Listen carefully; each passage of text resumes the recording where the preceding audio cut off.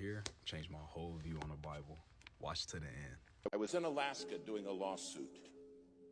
We're way out in the Aleutian Islands, getting ready to leave and go back to Anchorage and then home.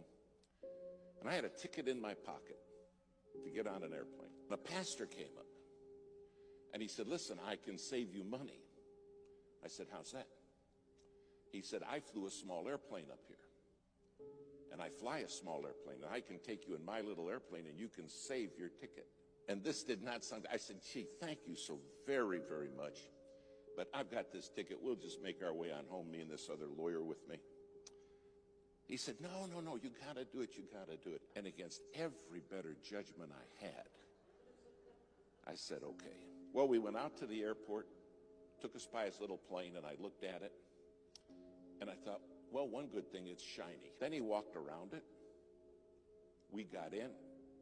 He's on the left front. I'm on the right front. The other lawyer's sitting right behind me. And he started it up. And it started up just fine. Well, we taxied out. I said, "Should we pray?" He said, "Yeah, that's a good idea. We normally don't." I said, "Well, this time we're gonna."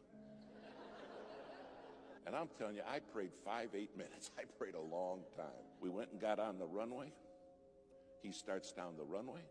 The plane lifted off ever so gently, and we start climbing, and it's wonderful. Not a problem in the world. We started climbing, and we flew probably 3-4 minutes, and something happened that will never leave my mind. The pilot turned to me, and he said, "We're going in the clouds, and I can't fly in clouds. They make me pass out." I said, "Clouds make you do what?" Now, it's been cloudy all day. And we go right up into the clouds, and you can't see anything. And he looks at me, and his eyes roll back in his head. And he starts mumbling, and he passes out. Passed out cold. Now, I grabbed him, and I shook him, and I said, "Come on, you got to wake up so I can kill you." Now, we're in the clouds, flying along with no pilot. And my friend in the back seat said, "We're dead, aren't we?" I said, "There's a very good chance of that, yes." He said, "What are we going to do?" I said, "I don't know." But there was a radio right there, and I handed him the microphone, and I said, "Start asking for help." So he's in the back seat reaching up, and he said, "Hello, hello." We didn't know any proper radio etiquette. All we were saying was hello. And somebody answered back, "Hello, hello. Don't you guys know proper radio etiquette?" And I said, "Give it to me." I said, "Tell them we don't know nothing. Tell them we're in an airplane with a passed out pilot, and we don't know how to fly this plane." The guy said, "I'm a freighter flying out of Anchorage on the way to Tokyo." And he said, "You're telling me you have nobody who can fly that plane with you?" I said, "Tell them that's correct." Now, you got to understand, I am sweating bullets. He said, "The first thing I'm going to do is start circling so I don't lose you, because I'll fly out of range of your radio and you won't have me anymore." And he said, "I'm going to get Anchorage Emergency for you.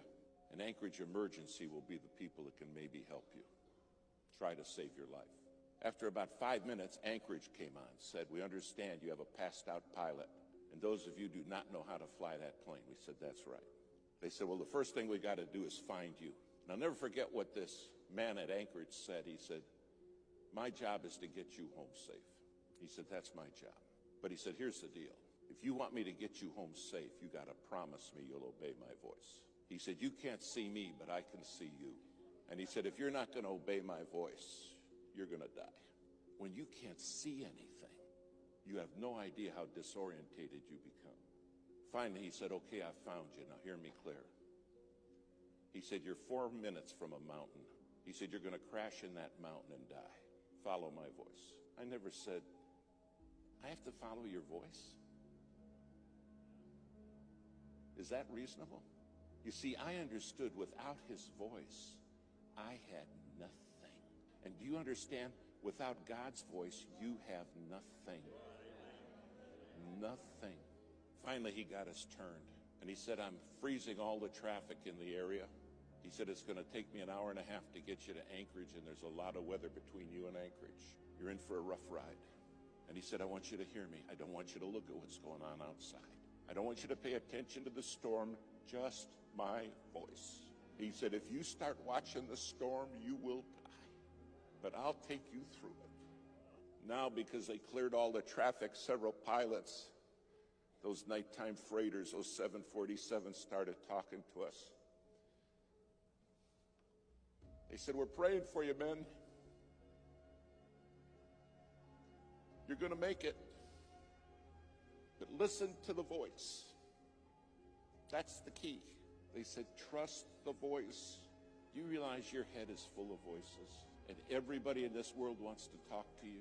And everybody wants to be the controlling voice. And God says, I want you to be a living sacrifice. I want you to put yourself on the altar and let my voice be your voice. Finally, we went through the worst of the weather, but there was still more. And then the voice came back and it said, now, I'm going to line you up. He said, I'm going to bring you in right down the runway. And at the foot of the runway are some lights, and they're in the form of a cross. He said, don't you forget this. The cross is the way home. Finally, he's bringing us down. We still can't see anything. And all he kept saying is, stay with me. My sheep, the Bible says, hear my voice and they follow me. Finally, just a couple 100 feet off the ground, we saw the cross. I landed the plane. In fact, I landed it 7 times. Finally, it all came to a stop, and the minute we stopped, the pilot woke up. The voice said, thanks for listening.